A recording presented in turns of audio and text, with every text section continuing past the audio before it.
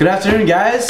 Today we are cooking. I am David Hilo and this is Omar, Chef O Soriano. Alright, so today we are going to be making a wonderful traditional Filipino dish known as the Bicol Express.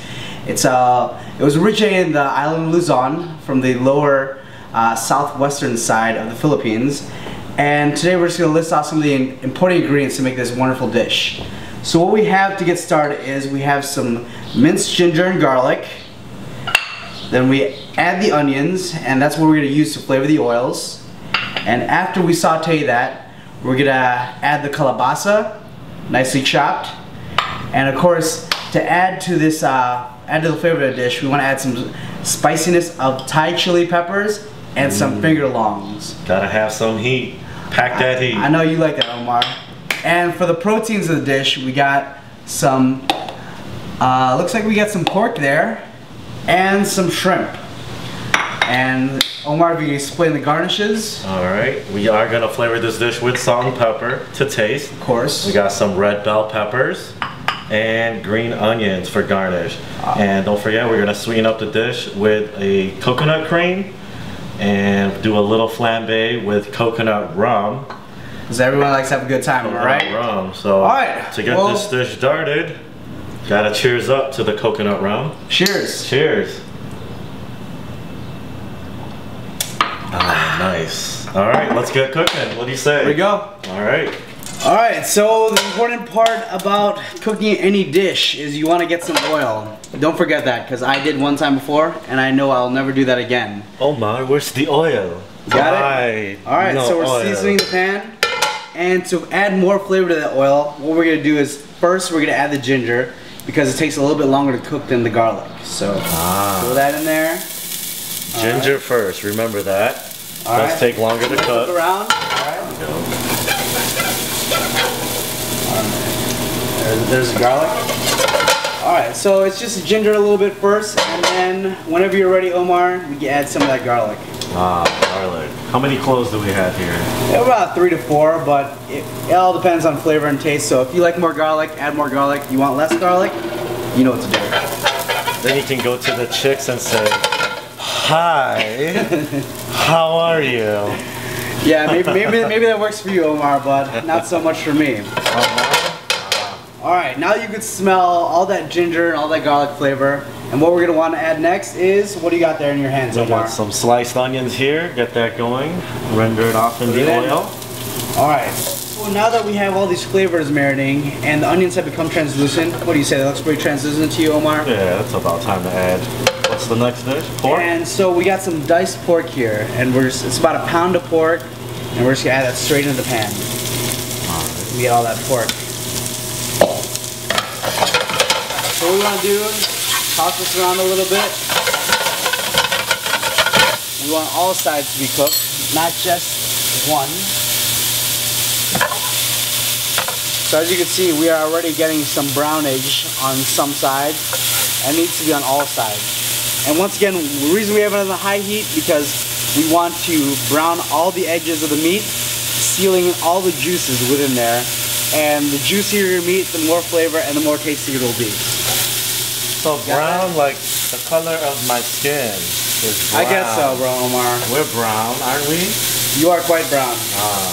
You've been going to tanning bed a lot?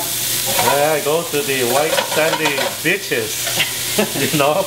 The beach. I like how your accent comes and goes, but I love it. Maybe you had too much coconut rum, but it's all good. Alright, so the next part of this dish is the kalabasa. It is a very wonderful vegetable. Not only does it add texture and flavor, but it's also going to add some nice color to the dish. So we're going to put that in right there. And if you can't find kalabasa at your local grocery store, you could substitute it for butternut squash. But kalabasa will make the dish better. Alright. So as that's cooking down, we are getting a lot of juices in this pan.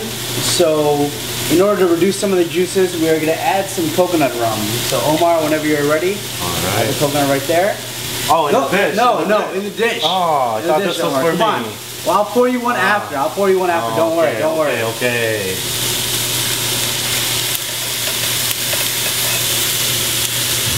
Whoa! Opa! Opa! Oh my goodness. Flambe. Let's move this over here a little bit.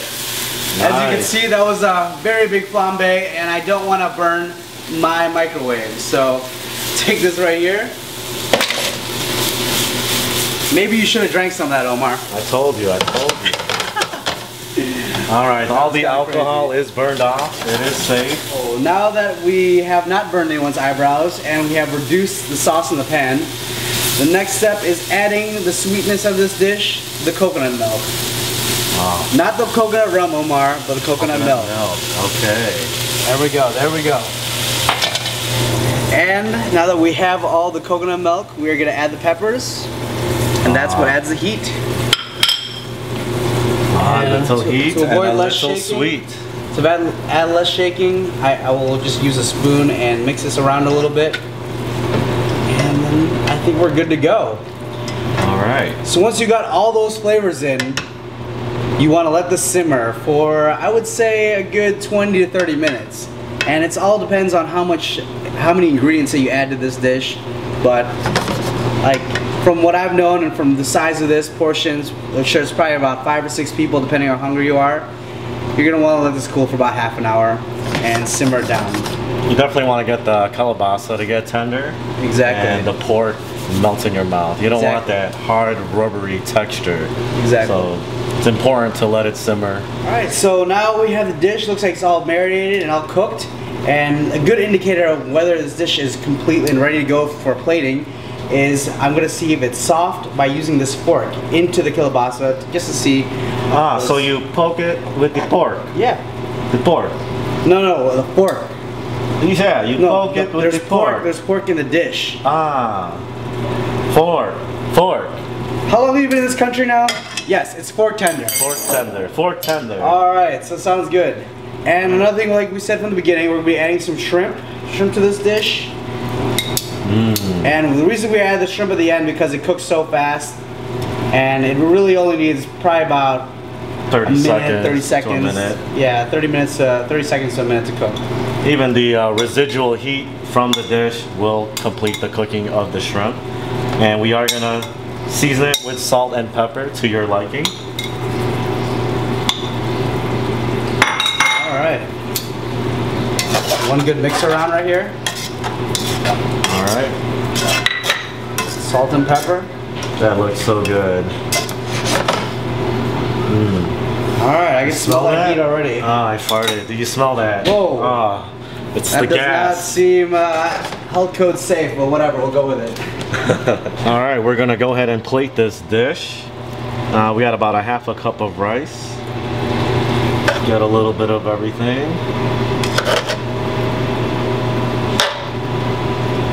Alright.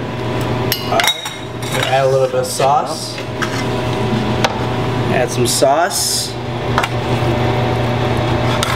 Got some peppers for color. Alright, there you have it. We got some Bicol Express. Alright, and let's finish it off right here. Just the right way. Ooh. So now we got the Bicol Express. As we said earlier, we got a little bit of sweet. A little bit of heat. The Bicol Express. Bon appetit. Cheers. Alright, well thank you for joining us today, cooking this wonderful Philippine cuisine. Once again, I'm David Hilo, alongside with Omar, Chef O Soriano. There we have it, Bicol Express. Kain na! So first we're going to start off with some ginger. Wait, aren't you guys going to introduce? Intro. Yeah, Omar, David. Omar. Oh yeah. So alright, yeah, you go. Good afternoon.